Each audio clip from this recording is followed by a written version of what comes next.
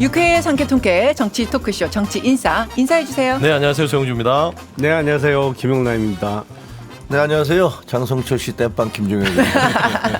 네, 안녕하세요. 윤석입니다. 네, 안녕하세요. 저는 아나운서 이정민입니다.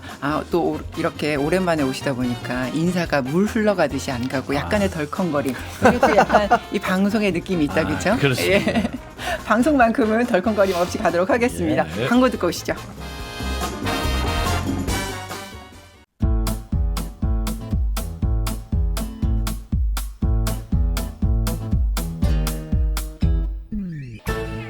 유쾌한 정치 토크쇼 정치인싸.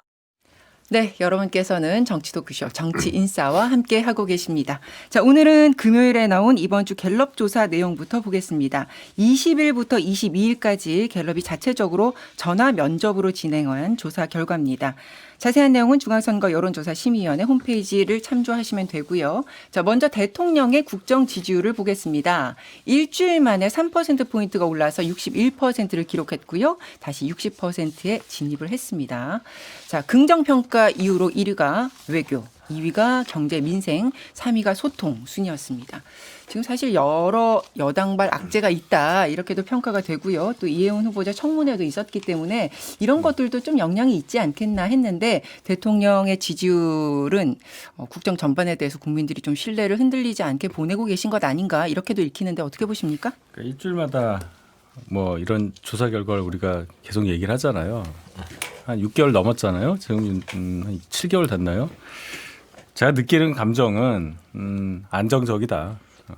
그거 인정해야 돼요.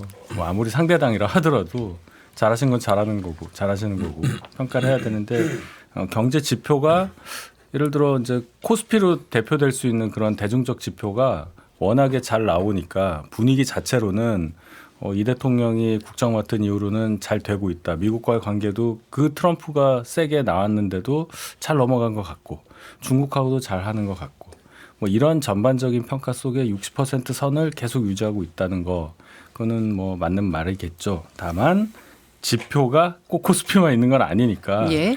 그 점을 정부에서 많이 신경을 쓰실 거예요. 지금도 그러고 있다고 보고 그래서 이제 환율 말씀을 하셨잖아요. 대통령께서 할 방법이 없다까지 말씀하셨는데 어쨌든 환율도 좀 많이 내려가서 잘 되길 바랍니다. 경제가 제일 중요하니까요. 네. 어쨌든 긍정평가가 계속해서 이어지고 있는 요인, 뭐 국민들은 이제 외교를 제일 크게 꼽고는 계시는데 어떤 걸 주목하고 계십니까?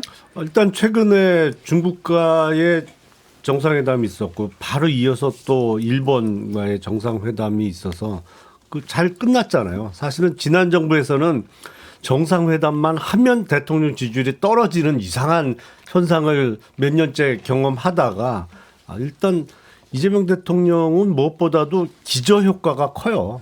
지난 정부에서 워낙 못했기 때문에 거기다가 플러스해서 또 역대 대통령 누구보다도 그 어떤 유연성을 갖고 대처하는 모습을 보이고 있기 때문에 웬만한 충격 갖고는 안 흔들릴 것 같아요. 그리고 네. 지금 여당 쪽에 예를 들어서 강선우 의원이라든지 김병기 의원 관련한 악재가 분명히 있긴 한데 뭐 경찰에서 열심히 수사하는 모습을 보이고 있기 때문에 그게 대통령의 지지율과는 어느 정도 절연되는 효과가 확실히 있는 것 같아요. 이게 대통령이 책임질 일은 아니다라는 인식이 있는 것 같고 이제 그 지난 금요일 날 이루어졌던 이해운 후보자 청문회 관련해서 그거는 조금 두고 봐야죠. 이제 이번 주 초쯤에 가타부타 결정이 날 텐데 예. 그게 어느 정도 영향을 끼칠지. 근데 만약에 임명이 강행이 되면 약간 리스크로 작용할 것 같고 뭐 아니면 별 문제 없을 것 같고. 이제 그건 다음 주나 이제 그 다음 주에 여론조사에 반영이 될 네. 것 같은데 이번 주에는 아무래도 이 주식시장의 코스피 5천 이 이슈를 빼놓을 수가 없을 텐데 물론 이 갤럽 조사를 시행했던 시기를 보면 20일부터 22일까지고 그리고 코스피 5천을 돌파했던 날이 22일이니까 뭐 이게 반영이 뭐 1대1로 되지는 않았다고 하더라도 워낙 주식시장이 좋았고 이제 이런 흐름도 반영이 됐을 것 같아요. 근데 실물 경제가 좋은 건 아니잖아요. 지금 5천을 돌파했는데 그 대개의 경우는 이제 그 삼성이라든가 아니면 그 SK 하이닉스라든가 반도체 중심으로, IT, 예. 반도체, 로봇 뭐 이런 중심으로 해서 올라간 거고 실물 경제는 실제로 보면은 공실투성이에요. 그리고 다 거꾸로 어찌게 된 셈이 그 5천을 돌파했는데 사상 처음으로 그것도 빠른 시일 내에 그런데 경제는 마이너스 0.3 뭐 이런 식으로 가고 있는 거 아닙니까? 그러니까 이거 굉장히 이해할 수 없는 그런 현상이 벌어지는데 지금 대통령의 지지도와 민주당의 지지도 상승은 국민의힘으로서는 정말 그러니까 한숨밖에 나오지 않는 그런 상황이에요. 왜냐하면 아니 민주당에서 지금 그 국민의힘으로서는 당대표가 단식을 하는 그런 마지막 최후의 카드를 던져버린 거 아닙니까? 그럼에도 불구하고 그리고 또 동시에 민주당으로서는 김병기 사태라든가 김경 계속 확산되고 있는 김경 사태라든가 이해운이라든가 조국 합당 문제 이런 모든 것들이 사실은 국민의힘으로서는 하나하나가 맹공을 퍼볼 수 있는 좋은 소재예요. 그럼에도 불구하고 당대표의 그 단식으로 해서 그게 블랙홀이 돼갖고 그걸로 다 빨려 들어가갖고 아무런 얘기도 못 하다가 그냥 당대표 실려가셨는데 좀 저희는 지지도는 계속 민주당의 절반 정도에서 헤어나지를 못하고 있잖아요. 이걸 좀 어떻게 해야 되는 거냐 이런 부분들에 대해서 근본적인 대책이 필요하지요. 이게 안 되면은 글쎄 지금 진짜로 넉 달밖에 안 남은 지방선거 어떻게 할 거냐. 그 여기저기서 지금 막 아우성이 벌어지고 있어요.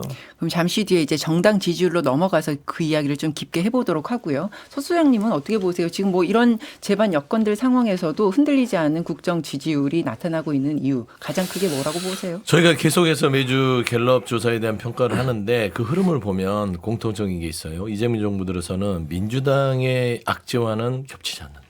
그러니까 민주당이 어떤 그 악재가 당내에서 터져도 이재명 정부와는 관계가 없다는 인식이 국민들한테 있어요. 그건 뭐냐면 이재명 대통령이 이 정부를 들어서면서 국정과 당무는 철저히 분리시켰어요. 그렇잖아요. 예를 들어서 입법부가 할 일, 당, 여당, 야당이 할 일은 알아서 하십시오. 존중합니다. 저희는 행정만 하겠습니다. 라고 얘기를 했기 때문에 뭐 예를 들면 민주당발 악재 자체가 국정의 평가로 반영되는 것은 거의 없는 것으로 보면 될 것 같고 그렇기 때문에 긍정효과가 계속해서 유지되는 것들은 외교, 미중일 뭐 제가 웬만해서는 칭찬을 잘 안 하는데 이재명 대통령이 외교의 마이다스의 손이다. 가기만 하면 뭘 얻어와요. 그래서 그런 평가들이 지속적으로 오는 것 같고 사실 저는 이게 좀 우려스럽긴 해요. 이 경제 부분에 있어서는 부정평가와 긍정평가가 똑같이 있습니다. 요즘. 네. 그건 뭐냐면 말씀한 대로 어떤 여러 가지 수치들은 코스피 뭐 4,000, 뭐 4,500, 4,700에서 그런 표면적인 지표는 좋아지고 있으나 말씀한 대로 이 바닥 경제에 있어서는 뭐 임대, 공실 그리고 뭐 가계 가처분 소득이 좋아진 것 같다는 느낌은 없어요. 그렇기 때문에 부정평가의 1위로 경제 문제가 있단 말이에요. 그래서 저는 사실 이 대통령께서 국정을 운영하는 데 있어서 지금까지 안정적으로 가고 지역별로도 보면 TK 쪽을 봤는데 긍정이 43, 부정이 45예요. TK에서조차도 국정 운영에 대해서는 잘하고 있다라고 인정하는 것들을 보면 예. 순항을 하고 있다 평가하고 싶습니다. 국민들이 어쨌든 당과 정을 분리해서 판단하고 계신다라는 말씀을 하셨고 말씀하시겠어요? 그러니까 우리가 코로나 때 한국 주식 시장이 많이 올랐었죠. 그때는 유동성을 워낙 많이 푸니까 올랐다가 그때 이제 최고를 찍을 때 주식 투자 인구가 1,400만 명 정도 된다고 했어요. 그러다가 한동안 몇 년째 주식이 좀 헤매면서 주식 투자자가 좀 많이 줄었었는데 지금 증권회사 다니시는 분들이 점심을 제대로 못 먹은 지가 꽤 여러 달 됐어요. 왜냐하면 주식계좌 개설하러 오는 분들이 워낙 많았으니까 온라인으로 예. 주식계좌 개설하는데 익숙치 않은 분들이 창구에 와서 계좌 개설을 주로 하는데 점심 먹을 틈이 없는 거예요. 그게 벌써 꽤 됐거든요. 그러면서 지금은 아마 주식 투자 인구가 1,500만 명을 훌쩍 넘어갔을 것 같아요. 근데 거의 2배 됐잖아요. 코스피가. 일단 이재명 정부 들어서 주식 투자한 분들은 돈을 꽤 많이 벌었어요. 물론 투자 금액은 다 다르겠지만 예. 이게 다 대통령 지지율로 연결될 소지가 매우 매우 큽니다. 그리고 비록 4사분기에 우리가 역선장하는 그 수치가 나왔습니다만 주가 지수는 그런 효과가 있어요. 주가 지수가 좋잖아요. 근데 내가 어려워. 내 장사가 잘 안 돼. 그러면 국가 경제는 잘 돌아가는데 내가 잘못하고 있는 것 같이 느껴지는 효과가 있어요. 분명히. 근데 내가 어려운데 주가 지수도 박살나고 있어. 그럼 이건 정부가 잘못하고 있는 거야. 국가 예, 예. 전반적으로 한국 경제가 잘 안 돌아가고 있는 거로 느껴지는 효과가 있거든요. 그러니까 그런 게 선진국은 그래서 특히 미국 같은 경우에는 대통령을 비롯한 정치권이 주가 지수에 상당히 민감합니다. 예. 근데 우리나라도 그런 상황이 이제 됐어요. 코스피가 이렇게 좋으면 당분간 무너지지 않을 거예요. 그러니까 대통령의 공약이 코스피 5천이었는데 이번 주에 정말 이게 큰 화제가 됐고요. 그러면서 동시에 과거에 많은 인사들의 발언이 소환이 됐습니다. 사실 대통령이 이 공약으로 내세웠을 때만 해도 모두 공격을 했죠. 한결같이. 뭐 나경원 의원도 신기루 갔다고 했고요. 장동혁 현 대표도 뭐 이거는 절대 달성할 수 없다. 그리고 김문수 전 장관도 앞뒤 틀린 말 하지 마라. 막 이렇게 공격도 했었고. 이준석 대표는 이제 한참 상승 곡선을 보이고 있으니까 이거는 개업발이다. 뭐 이런 표현을 썼던 걸로 기억을 하는데 그럼에도 어쨌든 이게 현실이 됐고 그랬더니 나경원 의원이 허황이라고 비판했었던 것을 이어가면서 지금 이 5천이 착시다. 이렇게 비판을 또 계속 이어가더라고요. 이거 동의하세요?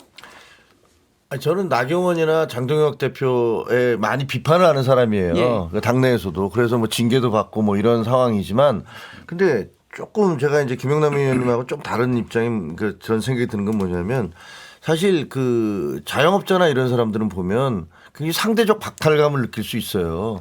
야, 주식시장은 굉장히 좋다고 그래서 그러는데 나는 실질적으로 삶은 하나도 개선되는 게 없는데 이게 뭐지? 라는 생각을 할 수가 있어요. 그걸 예를 들면 그게 내 잘못이다. 라고 얘기할 사람들이 그렇게 많을까는 잘 모르겠어요. 예. 그런 게 하나 있고 또 하나는 뭐 언론이라는 게 항상 미리 뭐 카나리아 어쩌고저쩌고 하면서 미리 그 경고를 해야 된다라고 얘기하지만 전 세계에서 가장 빠른 성장이라는 거잖아요. 근데 그게 이유가 있나? 라는 생각이 좀 들거든요. 이유가 있습니다. 예. 그러니까 지금 뭐 이 말씀이 예, 예. 이유가 있다고 하시니까 그러니까 다른 뭐 그 굉장히 경제가 성장이 잘 되고 있는 그런 나라들에 비해서 우리는 지금 경제 성장이 전혀 잘 안 되고 있는 그런 상황에서도 올라가고 있으니까 그리고 올라가고 있는 게 아까 얘기했던 아주 몇 개의 중심으로 해서 가고 있기 때문에 그런 부분들에 대한 위험성이나 그 경각심을 그 제기하는 것이 나쁘다고는 생각하지 않아요. 예, 예. 대통령이 기자회견에서도 네, 대통령도 그러셨잖아요. 네, 대형주 위주로 지금 주가를 견인하고 있는 이 부분에 대해서는 좀 한번 더 들여다볼 필요가 있다라는 식의 언급을 하셨고. 그러니까 가장 최근에 그 코스피가 많이 오른 거는 물론 반도체하고 뭐 가장 최근에 현대차 때문이긴 합니다만 전반적으로 2,500선에서 4,000포인트까지 올릴 때는 정책 이슈로 오른 거예요. 예, 그러니까 예. 한국 주식이 왜 항상 싼 주식이었냐? 쌀만 했거든요. 왜냐하면 주식을 갖고 있어도 소용이 없어요. 뭐 배당을 주길 하나, 뭐 그리고 지배주주 중심의 회사 경영 그리고 주주를 대접하지 않는데 이게 지난해부터 시작된 상법 개정 등으로 인해서 이제는 주식을 갖고 있는 주주가 소액 주주도 대접을 받을 수 있는 가능성이 열린 것이거든요. 예, 예. 이른바 상장 기업들의 거버넌스가 개선되면서 오른 것인데 사실은 우리보다 일본이 대략 10년 이상 빨리 시작했어요. 이거를. 그러면 일본 경제가 그동안 좋아졌느냐? 그렇게 보기는 어렵죠. 일본 경제는 1989년도 버블이 터진 다음부터 계속 어려워졌는데 왜 니케이 지수는 5배, 6배 올랐느냐? 거버넌스의 개선이에요.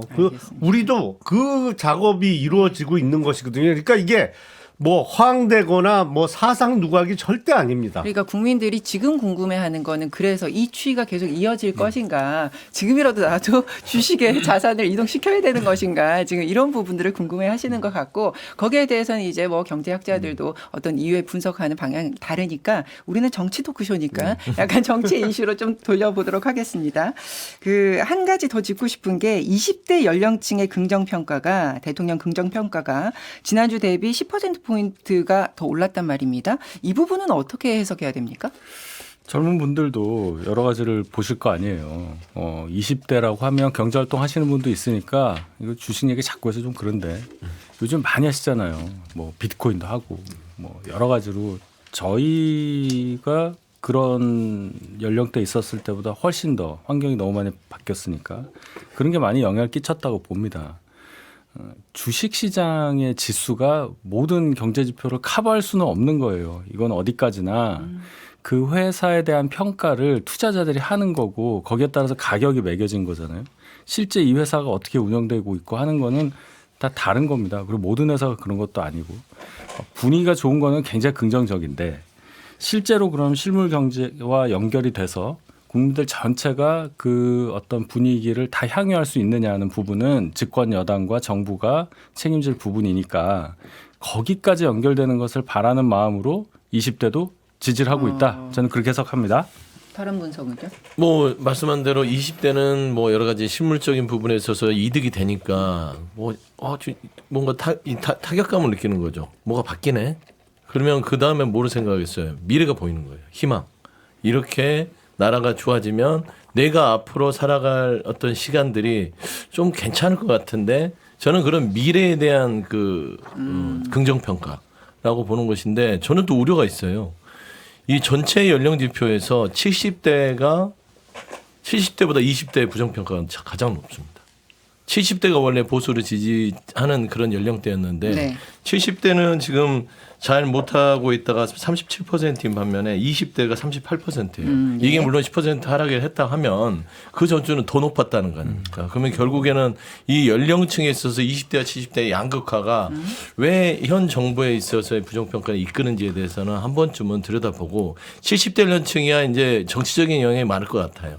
근데 20대는 또 다른 영향이 있을 것 같아서 저도 이거는 조금 한번 세밀하게 집권여당 민주당과 또 현 정부가 분석했으면 좋겠다. 그래서 아니, 제가 요 얘기를 하면서 아까 제가 대구 경북 예. 그 여론조사를 긍정이 43%라고 했는데 아니요. 보니까 42%라고요. 맞습니다. 제가 다시 한번 언급해 드리겠습니다. 네. 한국갤럽 조사 결과로 대통령 국정 지지율 대구 경북은 긍정이 42%, 부정이 45% 이제 지선을 앞두고 있어서 이런 1%도 놓칠 수 없습니다. 노안이라서 가까운 게 잘 안 보여요. 다시 한번 정확하게 짚고 넘어가고요. 네. 근데 20대는요, 그동안에 그 이재명 정부 출범 이후에 계속 거부감이 제일 높던 그런 연령층이에요. 맞습니다. 근데 예. 그거는 아마도 그 공정 이슈 그리고 사법 이슈 이런 것들이 그 젊은 층들에게는 이해가 잘 안 되는 거예요. 그러니까 이재명 대통령 말이야 윤석열 계엄 나쁘지. 근데 이재명 대통령도 뭐 재판 계속 받던 분이 그냥 대통령 된 거 아니야? 라는 그런 이슈 같은 것들이 그 젊은 층들에게 계속 남아 있었기 때문에 그 지지도가 낮았던 걸로 보는데 사실 이번 갤럽 조사 보면서 네. 우리 큰일 났네라는 생각이 들었던 건 한 6개월 정도 지났는데 이제 이 사람들이 다시 그 친 이재명으로 돌고 있다. 그러면 국민의힘으로서는 가장 강력하게 그 우군으로 삼았던 그런 연령층대가 돌고 있는 것이어서 굉장히 좀 가슴 아픈 부분이고 여기에는 대책이 필요한 그런 상황이죠. 그 정당 지지율을 보겠습니다. 네. 국민의힘은 전주 대비 2%포인트가 내린 22%고요. 민주당은 2%포인트가 오른 43%를 기록을 했습니다. 장동혁 대표가 8일간의 단식을 이어갔는데 어쨌든 국민들의 시선에는 이 단식의 효과가 전혀 반영되지 않았다. 이렇게 봐야 될까요? 그렇게 봐야 되겠죠. 장동혁 대표가 작년 8월 26일인가 대표가 됐는데 그때 23%인가 그랬어요. 갤럽 지지율이. 그 23, 24, 26 뭐 거기로 왔다 갔다 하다가 22. 취임 이후 제일 낮을 겁니다 아마. 그 다른 여론조사도 비슷한 결과가 나와요. 그러면 여론조사 1, 2% 오르락 내리락 하는 거 가지고 전체를 평가할 수는 없겠지만 예. 적어도 단식의 효과가 지지율에 반영됐다고 좋게 반영됐다고 보기는 어렵잖아요. 그러면 이 단식의 의미가 뭐고 왜 단식을 했고 단식 이후에는 꼭 어떻게 할 거냐 이런 어떤 질문들이 장동혁 대표에게는 회복 중인 장동혁 대표에게는 제일 급한 일이 될 거다. 그래서 많은 분들이 생각할 거예요. 왜 했나? 그건 저도 잘 모르겠습니다. 이게 처음에 메시지가 2개 특검을 해달라는 거 아니었어요. 예. 그런데 여당에서도 아무도 안 오고 청와대 정무수석은 신임으로 신임 인사차 국회를 방문했는데도 거기를 안 갔어요.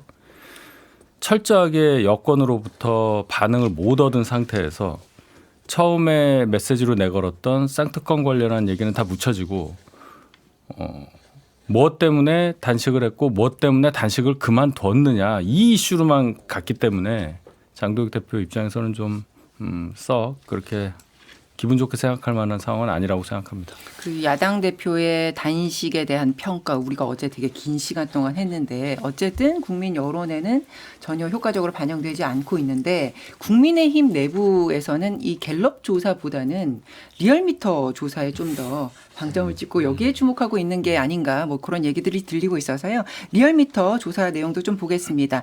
리얼미터가 에너지경제신문 의뢰로 지난 15일에서 16일 동안 자동응답 전화 조사로 진행했던 결과를 보면요. 정당 지지도가 민주당이 42.5고 국민의힘이 37%인데 이건 이제 오차 범위 내로 격차가 좁혀졌는데 일단은 추이를 보면요. 민주당 지지도가 5.3%포인트가 떨어졌고 국민의힘은 3.5%포인트가 올랐단 말이에요. 그러니까 이런 지표 본인들에게 조금은 더 유리하게 해석할 수 있는 이런 지표들을 더 무게를 두고 보고 있는 것 아닌가 뭐 이렇게들 얘기가 나와요. 윤석열 정부 때 그랬어요. 그 여론조사 지표가 워낙 계속 안 좋으니까 우린 다 안 믿고 하나만 본다 그러면서 뭐 전국 지표조사 그거만 봤거든요. 예. 그러다가 나중에 그것도 안 믿었어요. 그 여론조사 우리 신경 안 쓴다 이 발언이 나왔어요. 그러면서 이제 폭망의 길을 걸었는데 물론 갤럽하고 리얼미터는 다 아시겠습니다만 조사 방식의 차이가 있죠. 예. 이제 면접원 조사냐 ARS 방식이냐 차이가 있는데 사실은 뭐 이렇게 여론조사가 그 달리 방향을 달리해서 나올 때는 사실은 각 여론조사의 추이를 봐야 되는데 그 예. 추이도 조금 다르게 나온단 그러니까요. 말이죠. 예. 그런데 문제는 장도혁 대표가 단식을 시작하면서의 메시지 자체가 선명하지를 않았어요. 그 뭐지? 단식하는 이유가? 저도 처음에는 통일교 특검을 받아라라는 게 메시지인 줄 알았어요. 예. 근데 나중에 이게 신천지는 빼자고 했다가 신천지 특검은 또 별도로 하자고 하고 메시지가 혼선이 생겼기 때문에 그 단식이 오히려 마이너스 효과 내지는 지금 정치권의 단식은 이제 식상해요. 너무 방식이. 알겠습니다. 네. 어제 방송을 다시 듣기로 일단 좀 들어주시고요. 이 장동혁 대표의 단식과 관련해서는 저희는 광고를 듣고 이어가도록 하겠습니다. 지금 여러분께서는 6회, 상쾌, 통쾌한 정치 토크쇼 정치 인사를 듣고 계십니다. 네. 저희가 이제 갤럽과 리얼미터 조사와 관련해서 차이를 말씀드리고 있는데 이게 물론 서로 다른 조사고 그리고 기간도 다르지만 일단은 제일 중요한 것은 조사 방식이 다르고요. 그리고 표본 추출 방식이 다르기 때문에 응답하는 그 성향들이 다른 것 아닌가. 그래서 추이 자체도 지금 다르게 나오는 것 아닌가 이렇게 분석이 되는데 어떻게 보세요? 아니 저는 너무 당연한 결과라고 생각을 예. 해요. 왜냐하면 ARS 조사라는 것은 전화 응답이고 기계음이기 때문에 정치 고관여층들만 답을 하는 거잖아요. 응답률이 2% 3%고 면접 조사는 15%에서 20% 응답을 하는 거고. 예. 그러니까 ARS 조사에서 그 민주당이 떨어진 것은 민주당 지지층에서조차 고관여층에서는 야 이것도 좀 뭐 하는 거야 이런 식의 어떤 그런 반발이 있었던 거예요. 김경 사건이라든가 김병기 사건 이런 것들에 대해서 반대를 한 것이고 그다음에 당대표가 지금 그 단식을 하고 있으니까 국민의힘 지지층들은 뭉치는 거죠. 그건 당연한 거예요. 근데 이것이 일반 국민들에게 들어가면 그 면접 조사를 하는 거는 일반 국민들은 별로 관심이 없는 네, 거예요. 예. 뭐 당대표 뭐 단식을 한다는데 그게 무슨 특별하게 나한테 내 삶에 가슴에 와닿지도 않고 뭐 자기들끼리 그런가 보다라고 생각하고 그다음에 민주당에 대해서는 아이 그거 뭐 정치 그 헌금 이런 거 뭐 그 당만 그래 다 마찬가지지.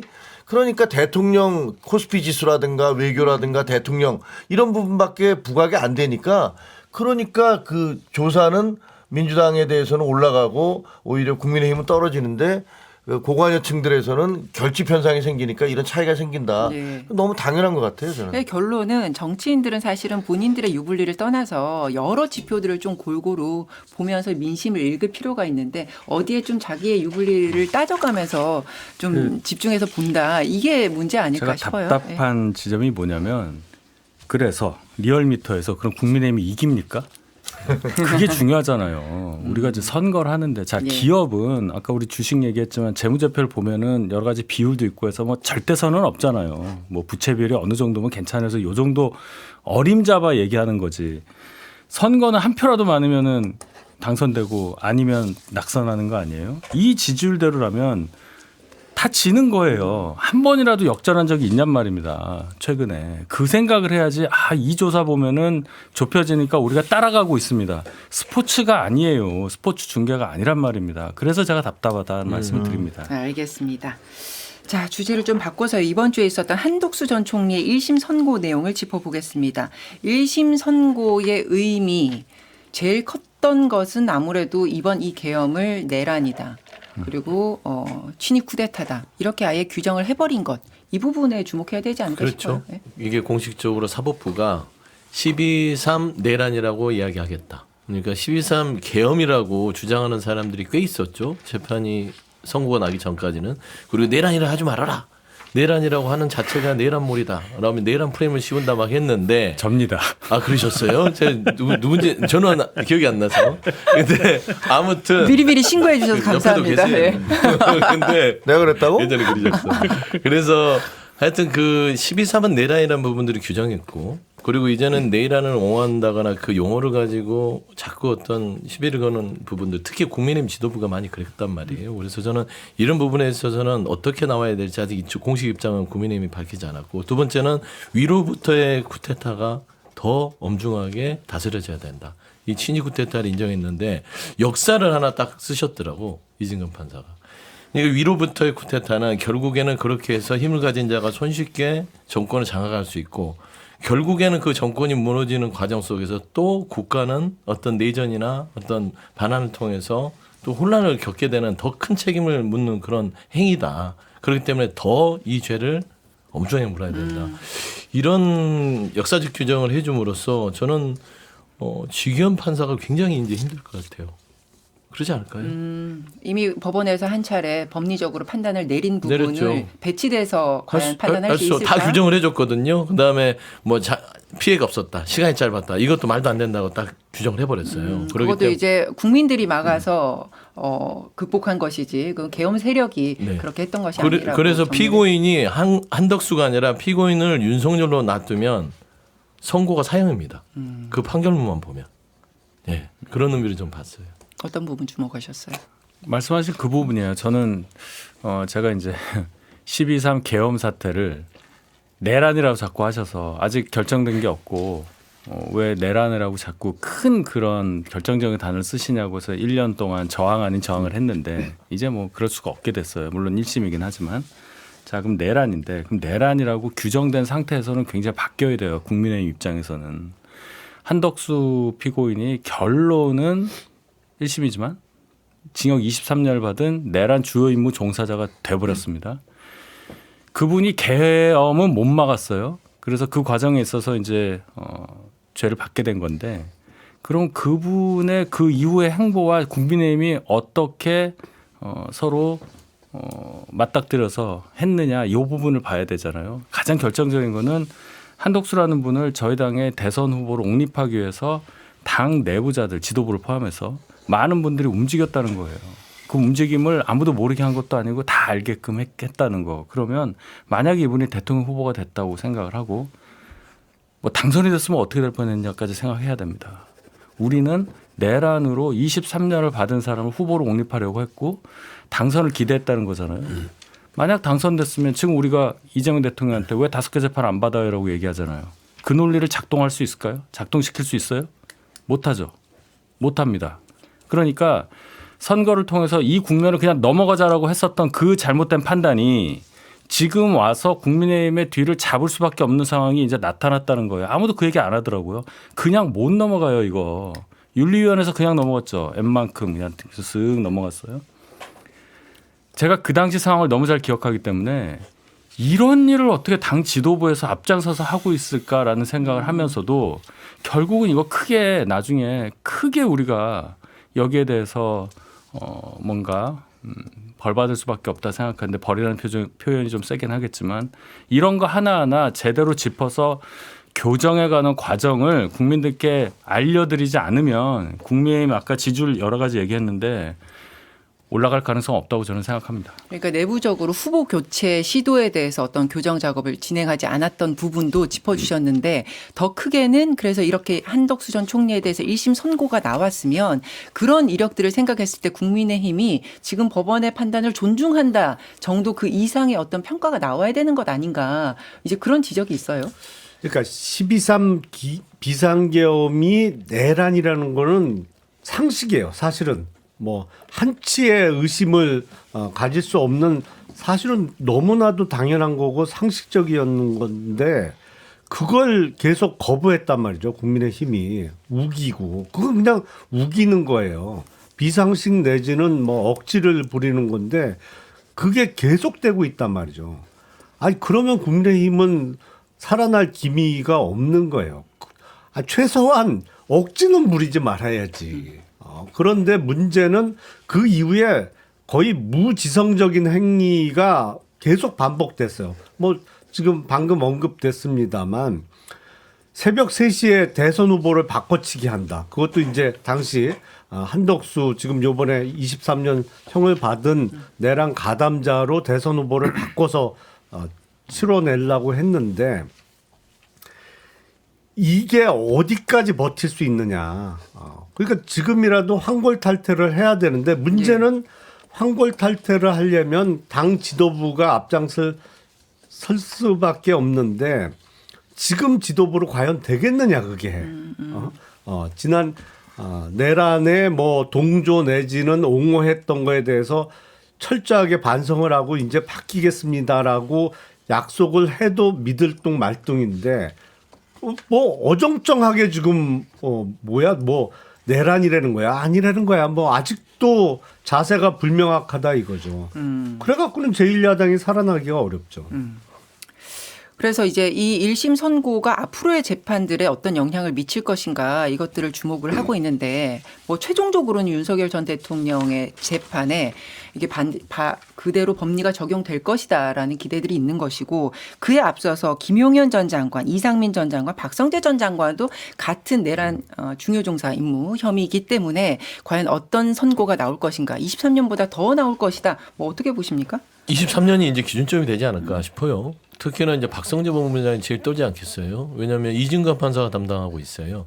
그래서 저는 박성재 당시 법무부 장관에 참 잘 빠져나갔었는데 저는 이번에는 빠져나가기 쉽지 않을 것 같고요. 그러니까 이제 이 이진관 판사가 1심 판결문에 써놓은 사천자 이 판결문 자체가 저는 법원 내부에서도 나름대로 이 인식을 같이 하지 않았을까요?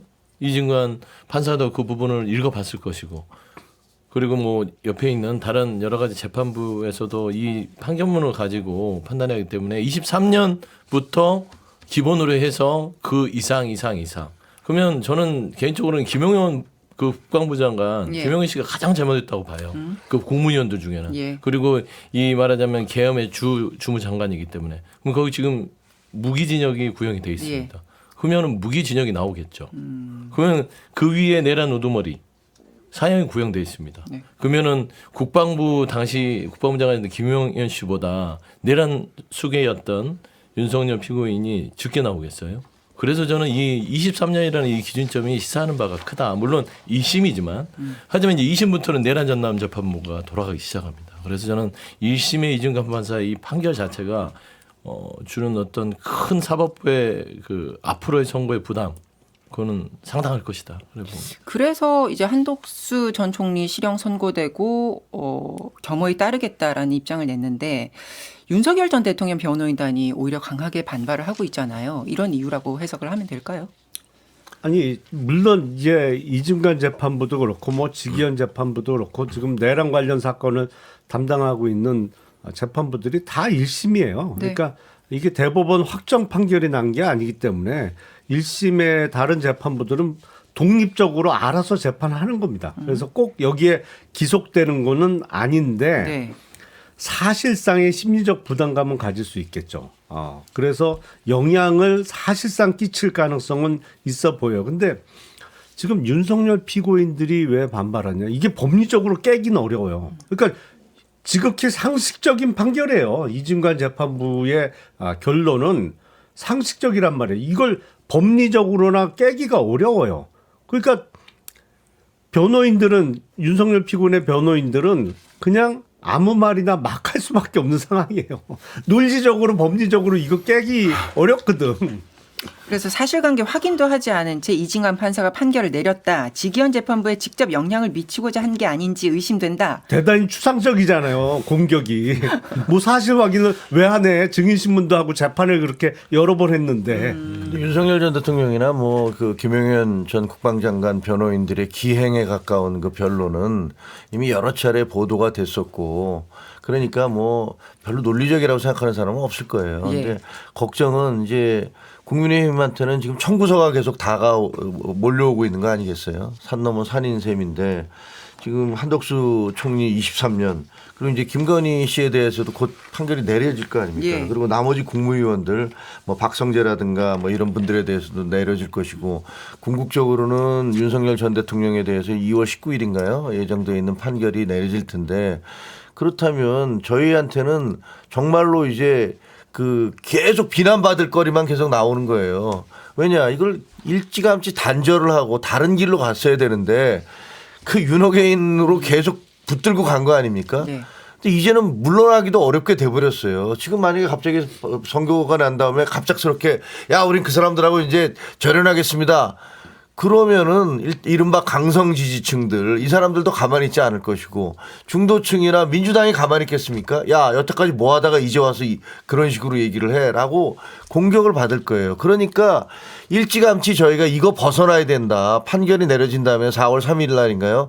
헌법재판소로부터 파면당한 다음부터는 이거 그 이전까지는 몰랐어도 이렇게까지 된 이상은 다르게 가야 된다라고 계속 외쳤는데 그걸 안 가고 거꾸로 가서 이제 이걸 어떻게 극복해낼 수 있을지. 그러니까요. 이제 시간은 한참 흘렀고 지금 실개했다고 말씀을 하시는 건데 지선은 4개월 남짓 남았단 그러니까요. 말입니다. 그러면 이제 뭔가 모멘텀을 마련할 수 있는 뭐 계기가 있을까요? 아니 근데 한 말씀만 드리면 다음 달 19일 날 윤석열 피고인에 대한 선고가 이루어진 이후에 국민의힘이 잘못했습니다. 우리는 이제부터 확실하게 절연하겠습니다라고 얘기를 하면 민주당은 비난하지 않아요. 환영할 겁니다. 아, 근데 그게 이제 그게 이제 마지막 기회가 될 것이다. 그렇게 되려면 지도부가 다 바뀌어야죠. 그렇죠. 사람이 바뀌어야죠. 그 지금 그 계속 그렇게 윤호개인 비슷하게 얘기를 하시면서 그 지도부가 있으면서 우리가 반성하겠습니다가 어떻게 가능하겠습니까?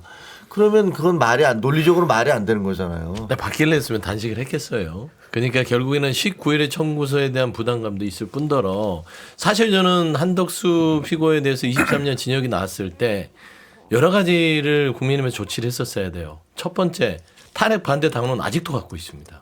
당론 철회해야죠. 탄핵 반대 당론 철회하겠다는 조치 아주 어려운 결정도 아니에요. 두 번째 뭐냐면 앞서서 윤희수 대변인 얘기했듯이 그러면 이런 내란 중요 종사자를 왜 그 새벽에 한밤중에 후보를 교체하려고 왜 누가 했는지 여기에 대해서 철저하게 국민의힘이 밝혀서 국민 앞에 소상히 알려드리겠습니다. 이러면서 태세 전환을 최소한 했어야만 2월 19일 날 올 최종 내란 수교에 대한 선고에 대한 대비는 정도는 되는 거예요. 근데 그 시간에 뭘 했냐? 당대표는 그걸 답하기 싫어서 단식에 들어간 거예요. 빌드업을 할 수 있는 기회도 놓쳤다. 그걸 빌드업 안 하고 단식을 했다니까요. 근데 현실적으로는 또 뭐가 문제가 있냐면요. 이게 그 체포집행 방해 그 재판을 하면서 공수처의 수사권이 정당했다 이렇게 예. 판결을 해버렸잖아요. 근데 45명의 의원과 30명의 의원이 두 차례에 걸쳐서 관저 앞에 가서 동참했죠. 집행을 방해를 했어요. 그리고 그것은 불법이다라고 얘기를 했는데 재판소 그 1심에서 그 합법이다라고 얘기를 해버렸으면 그걸 방해한 사람들은 공무집행 방해가 되잖아요. 그러니까 사실은 잘못하면은 우리 당 소속 의원들이 무더기로 공무집행 방해로 지난번에 무슨 그 선거법과 관련해서 패스트트랙과 관련해서 무더기 기소가 됐듯이 유사한 사태가 벌어지지 않으리란 보장이 없어요. 그러니까 오히려 의원들 개개인 의원들은 이런 부분을 더 걱정하는 것 같아요. 야 이거 어떡하지? 이거 잘못하면 나도 이제 큰일 나겠네. 이런 생각을 하는 것 같아요. 근데 하지만 내부적으로 적극적으로 목소리를 내면서 지도부를 압박하지는 않잖아요, 국민의힘이. 그렇죠. 그렇습니다. 이제 그러니까 그래서 지금 두 분께서도 이제 얘기가 진행될수록 한숨이 계속 나오고 있는 아니 건데. 목소리를 예. 내시고들 있는데 원외라 스피커가 작을 뿐이지. 우리는 뭐 그렇죠. 근데 알겠습니다. 그 한덕수 전 총리 1심 판결문에 윤석열 전 대통령이 여러 번 등장을 했습니다. 특히 윤석열 전 대통령이 2024년 12월 3일 비상계엄 선포 직전에 대통령실에 모인 국무위원들에게 내 처도 모른다. 아마 내가 오늘 집에 들어가면 처가 굉장히 화낼 거다. 이렇게 말했다는 사실이 드러났고 그리고 일전에 이미 비상계엄 직후에 김건희 씨가 너 때문에 다 망쳤다. 이렇게 부부싸움했다는 내용도 밝혀져 있지 않습니까? 요것들이 이제 모자이크로 맞아떨어지면서 아 정말 우리가 생각했던 권력체계가 명확하게 드러난다. 뭐 그렇죠. 그래서, 예. 그러니까 비상계엄 선포하면서 내 처도 모른다라는 말이 나왔다는 것은 비상계엄을 제외한 대부분의 국정은 다 알고 있었다는 얘기잖아요. 내 처가. 사실은 알고 있는 것보다는 거기에 무슨 상의를 하거나 허락을 득하고 했다는 반증이죠. 느낌이죠. 왜냐하면 처가 굉장히 이걸 알면 화를 낼 그렇죠. 것이다. 네. 그러니까 나는 그 의견에 의사에 반하고 있다. 좋아요. 그건 뭐 우리 다 아는 얘기니까 앞으로가 중요하죠. 특별감찰관 꼭 빨리 임명하시고 예. 이재명 정부에서는 그런 일이 없도록 하는데 집중해야지. 김건희 씨 관련한 얘기 우리 너무 많이 들었잖아요. 이게 뭐 새롭습니까? 저는 그 얘기를 해야 된다고 반면 봐요. 교사로 삼아라. 예. 근데 이제 이게 그렇죠. 재판 판결문에 드러난 거지요. 그렇지 않습니까? 아, 네네. 거기에 예, 수십 번 네. 등장을 판결문에 했습니다. 드러났다는 판결문에 것은 등장을 이제 했습니다. 좀 예. 확정적이라고 우리가 볼 수 있는 것이고 우리가 이제 인지적으로는 부재료라는 것들을 알고 있었으나 판결문에 담겼다는 거 그러니까 우리 처도 모른다 이건 뭐냐면 질문이 있었을 거 아니에요. 혹시 영부인한테는 허락을 듣겠습니까? 야 우리 처도 몰라. 나 가면 혼날 거야.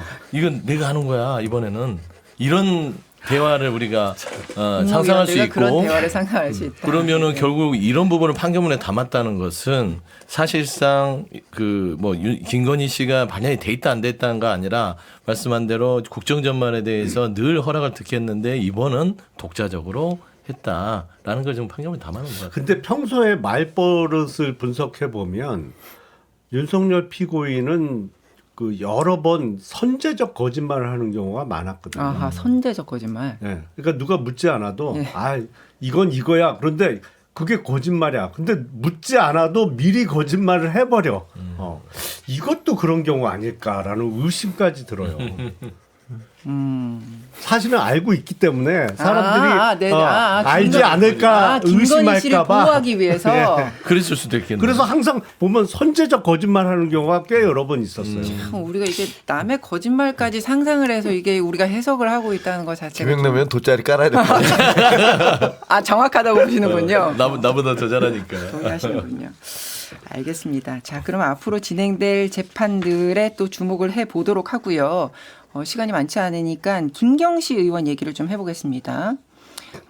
김경 의원이 다른 민주당 정치인들에게도 금품을 제공하려 했다는 의혹이 추가로 제기되면서 파장이 커지고 있고 경찰이 지금 김경 의원의 PC를 확보를 했는데 그 안에 녹음이 120개가 있다. 그래서 이게 판도라의 상자가 될 거다. 뭐 이런 보도들이 나오고 있는데 어떻게 알고 계세요? 그러니까 김경 시원이 이제 민주당 소속 시원이었기 때문에 그리고 관련된 분들이 민주당 의원이었기 때문에 전 국민 앞에 송구한 것이죠. 근데 김경 시원이 정치를 누구한테 배웠는지 모르겠어요. 이런 못된 정치를.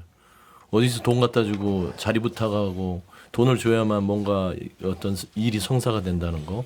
이거는 사회에서도 용인돼서는 안 되는데 정치판에서는 더더욱 안 되는 거 아니겠어요? 그래서 저는 이런 부분에 있어서는 저는 사실 민주당도 마찬가지지만 관련된 모든 국회의원이든 시의원이든 당직자든 철저히 수사해서 저는 본을 보여야 된다. 이런 정치 풍토는 민주당에서 앞으로 없을 것이고 이 현 여야 이 대한민국 정치판에서는 돈을 주려고 해서도 주려고 하는 행위 자체만으로 정치권에 영원히 대출이 되는 것이고 거기에 대해서 슬그머니 좋은 게 좋은 거라고 받는 사람도 영원히 정치권에 퇴출시키는 그런 저는 그 모범을 세우는 엄격한 어떤 협조와 수사가 있었으면 좋겠다는 말을 대신하겠습니다. 수사는 잘 진행되고 있다고 보세요? 아니요, 그거 지금 말씀하신 건 너무 교과서적이고 윤리적인 말씀만 하셔서 현실과는 좀 동떨어지는 그렇게 얘기하죠, 얘기가 어떻게 하겠어요? 같고요. 그건 뭐 당위로서는 얘기하실 수 있지만 지금 벌어지는 일들을 보면 김경이라는 폭탄이 터진 거 아닙니까? 네. 그 폭탄이 터졌는데 처음에는 뭐 정청래 대표 이게 무슨 시스템이 아니고 그냥 휴먼 에러에 불과해라고 했는데 사방팔방에 다 관계가 돼 있어요. 그럼 이게 시스템 에러지 이게 그 휴먼 에러입니까? 그러고 보니까 무슨 지금 개혁신당에도까지 불똥이 튄 거 아니에요. 개혁신당의 최고위원 한 분이 민주당 보좌관이었던 분이에요. 근데 당시에 지금 나왔던 그 녹취록, 그러니까 이른바 녹음, 그 가운데에서 이름이 거론되어 있는 걸로 보여요. 그러니까 최고위원도 사퇴하고 탈당까지 하지 않았습니까? 그러니까 이게 이제 정당을 가릴 것 없이 지금 전방위로 튀고 있는데 거기에 있어서 특징은 뭐냐면 이 김경 씨가 다 민주당 분들과 보좌관들이라든가 의원들과 관계돼서 이런 일들을 저질렀다는 거예요. 그래서 저는 그 우리 장동혁 대표가 완전히 포인트를 잘못 잡은 것 같아요. 이것에 대해서 계속 공격을 하면서 안 받아주면 이거 특검을 하자. 그리고 여기에 대해서 나 단식하겠다 이렇게 나와야 되는데 그거 나오기 전에 먼저 하다가 그냥 실려 버리셨잖아요. 예. 그러니까 이 수순을 단추를 잘못 깨신 것 같다. 근데 정부적 지금 판단 이제 잘못한 것 같다. 이게 다 지금 민주당 내 얘기다. 지금 요건은 그렇습니다만 홍준표 전 시장이 이제 맞습니다. 자주 등장을 네, 하는데 네, 맞아요. 네, 이뿐이 아니다. 그래서 공천 비리 경험을 폭로를 하면서 시세가 너무 얼마다라고까지 옛날 얘기를 했단 얘기인데 말입니다. 20년 전 얘기를 하셨잖아요. 그렇죠. 그러니까 20년 전 얘기인데 과연 이것이 아예 척결이 됐을까 국민의힘에서는? 그러죠. 도제식으로 교육이 이루어졌을 가능성이 있죠. 도제식이요. 그럼요. 예를 들면 제가 김경식 의원한테도 어디서 이런 걸 배웠는지 모르겠다. 누가 가르쳐 주니까 하는 것이지. 예. 이랬다더라. 이렇게 하면은 자리를 받을 수 있다더라 하니까 하는 행위거든요. 이게 사실 오래전의 일이라고 치부를 저도 하고 있었어요. 설마 지금 이 민주당 내에서 여러 번의 시스템 공천을 뭐 이뤄내고 여기 동공천에 대해서는 금기 시효였는데 저도 놀랬는데 없어진 줄 알았는데 20, 30년 전에 있었던 일인 줄 알았는데 있잖아요. 제가 봐서는 홍준표 전 대구시장이 옛날 일이라 하더라도 이런 부분들이 쭉 내려와서 누군가 명맥을 잇고 있는 사람이 있을 수 있다. 저는 그게 이제 김정재나 저기 누구죠? 이철규 의원의 그 녹취가 네, 그거와 맞닿았을 때는 존재할 수 있다고 봐요. 아니 김경신 의원이 뭐 그냥 한 사람의 서울 지방의원이 아닌 것 같아요. 생각보다 훨씬 거물인 것 같아요. 이거 폭탄이에요. 제가 보기에 그래서 더 철저한 수사가 필요해 보입니다. 예. 이 생각보다 훨씬 거물이에요. 알겠습니다. 이 공천 관행, 뭐 정치 비리 이런 거는 뭐 국민들은 여야 따지지 말고 정말 철저하게 밝히라고 하실 것 같아요. 네, 광고 들으시죠. 네, 유쾌상쾌 통쾌 정치 토크쇼 정치 인사 오늘 방송은 여기까지입니다. 지금까지 서영주, 김용남, 윤희석, 김종혁 네 분과 함께 했고요. 저는 아나운서 이정민이었습니다. 여러분 다음 주에 다시 찾아뵙겠습니다. 고맙습니다. 감사합니다. 감사합니다.